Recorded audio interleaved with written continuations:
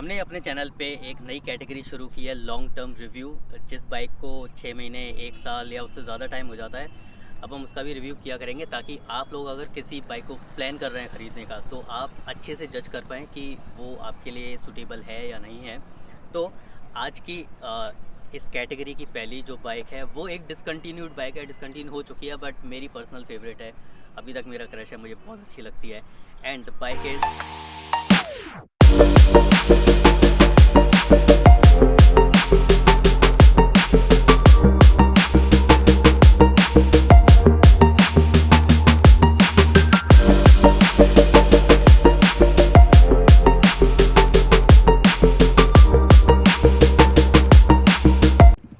आज मेरे पास है CB ट्विस्टर 110। और सबसे पहले मैं अपने फ्रेंड सत्येंद्र को थैंक्स बोलना चाहता हूँ, जिसने अपनी बाइक प्रोवाइड करी वीडियो मेकिंग के लिए। खैर, ये जो बाइक है CB ट्विस्टर, ये लॉन्च हुई थी तकरीबन 2009-2010 में। और अपने टाइम पे, मतलब जब ये लॉन्च हुई थी उस टाइम पे कैटेगरी में सबसे स्पोर्टी लुकिंग मोटरसाइकिल होती थी ये।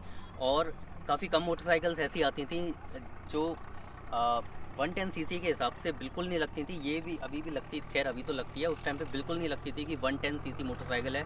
125-150 सीसी की लुकिंग ये रखती थी और ट्यूबलेस टायर के साथ आती थी, जो उस टाइम पे काफ़ी रेयर होता था इस कैटेगरी में।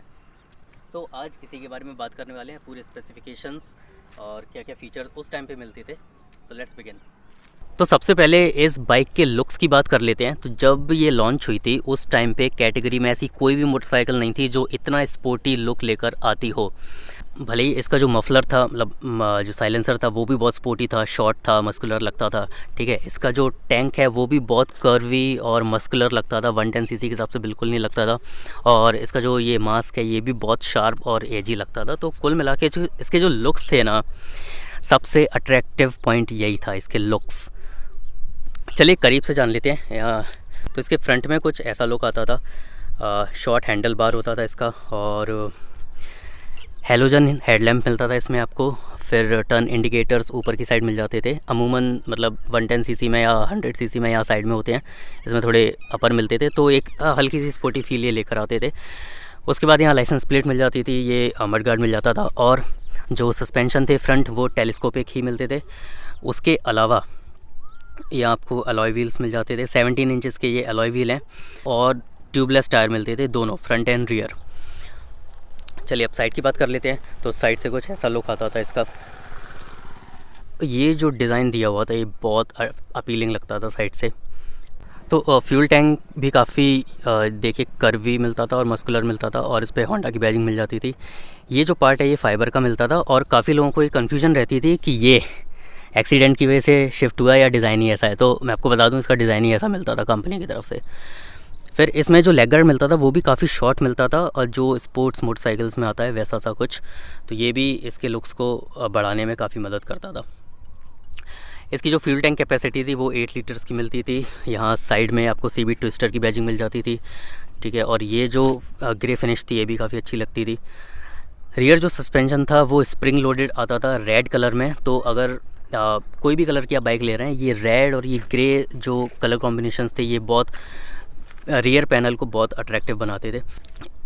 और ये फुट पैग्स, इसमें जो गियर शिफ्टिंग लीवर था वो सिंगल था, और इसका जो गियर पैटर्न था वो 1 डाउन 3 अप था। 4 गियर्स इसमें आपको मिलते थे।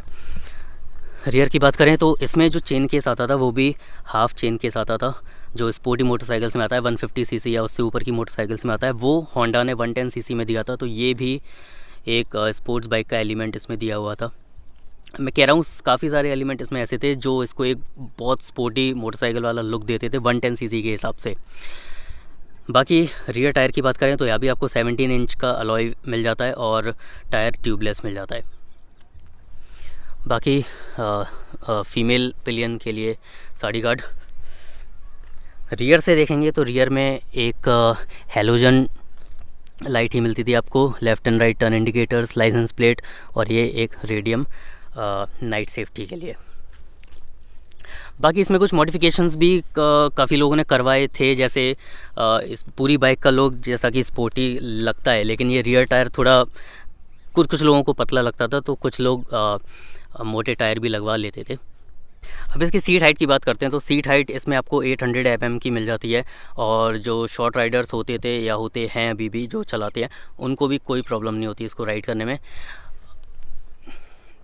बस इसमें एक प्रॉब्लम आती है कि अगर थोड़े हेल्दी 3 लोग आप बिठाना चाह रहे हैं तो वो इस पर काफ़ी मुश्किल से बैठते हैं, यहाँ तक आते हैं तो थोड़ा सा अनकम्फर्टेबल फील करता है थर्ड जो पिलियन होता है वो।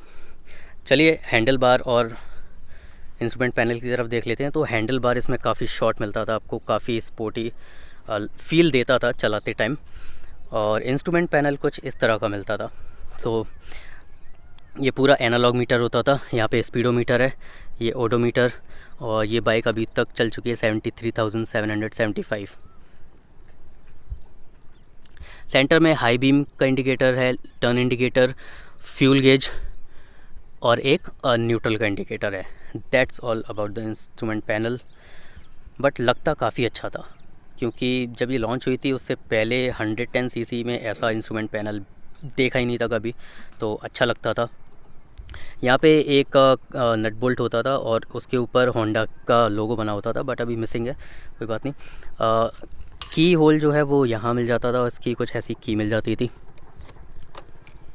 और एक और अट्रैक्टिव पॉइंट था जो इस बाइक को रियर से काफ़ी अट्रैक्टिव बनाता था, वो था इसका साइलेंसर मफलर। काफ़ी शॉर्ट आता था और इसकी जो साउंड आती है वो भी बहुत अच्छी आती है।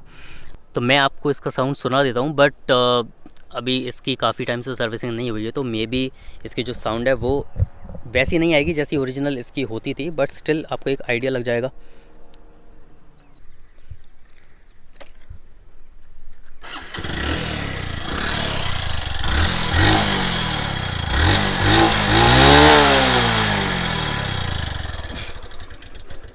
सो कुछ ऐसा साउंड आता था, मतलब जो कैटेगरी के हिसाब से साउंड होता था वो बहुत अच्छा लगता था। इंजन स्पेसिफिकेशंस की बात करें तो इसमें आपको एक 109 सीसी का air cooled single cylinder engine मिलता था, जो 9 bhp की पावर प्रोड्यूस करता था और अराउंड 9 Nm का ही टॉर्क निकालता था, जो कैटेगरी के हिसाब से ठीक बोल सकते हैं। और इसमें पावर भी काफ़ी अच्छी थी। माइलेज की बात करें तो ARAI क्लेम्ड माइलेज इसका 71 किलोमीटर पर लीटर है, बट रियल लाइफ में ये बाइक आपको 65 किलोमीटर पर लीटर का माइलेज निकाल के देती है रफ़ यूज़ के बाद। और अगर आप फेयर यूज़ करोगे, बहुत अच्छा यूज़ करोगे, तो 70 किलोमीटर पर लीटर का भी जा सकता है। और ये मैं बिल्कुल हवा में बात नहीं कर रहा हूँ, प्रैक्टिकल अपने सामने टेस्ट किया हुआ माइलेज आपको बता रहा हूँ। सो या अगर बहुत अच्छा यूज़ करते हो तो 70 किलोमीटर्स आप आराम से निकाल सकते हो इस बाइक से। सो बडीज़, ये था एक long term review Honda CB twister 110 का। आप कमेंट करके बताइए कि आपको ये कैटेगरी कैसी लगी और इसको कंटिन्यू करना चाहिए या नहीं करना चाहिए। वेल, मैं मिलता हूँ आपसे किसी अगले वीडियो में, तब तक ख्याल रखें। और अगर सब्सक्राइब नहीं किया है जयंत ऑटोमोबाइल्स को तो प्लीज़ सब्सक्राइब कर लीजिए, और इंस्टाग्राम प्रोफाइल भी फॉलो कर लीजिए, नीचे फ्लैश हो रही है। Thank you so much.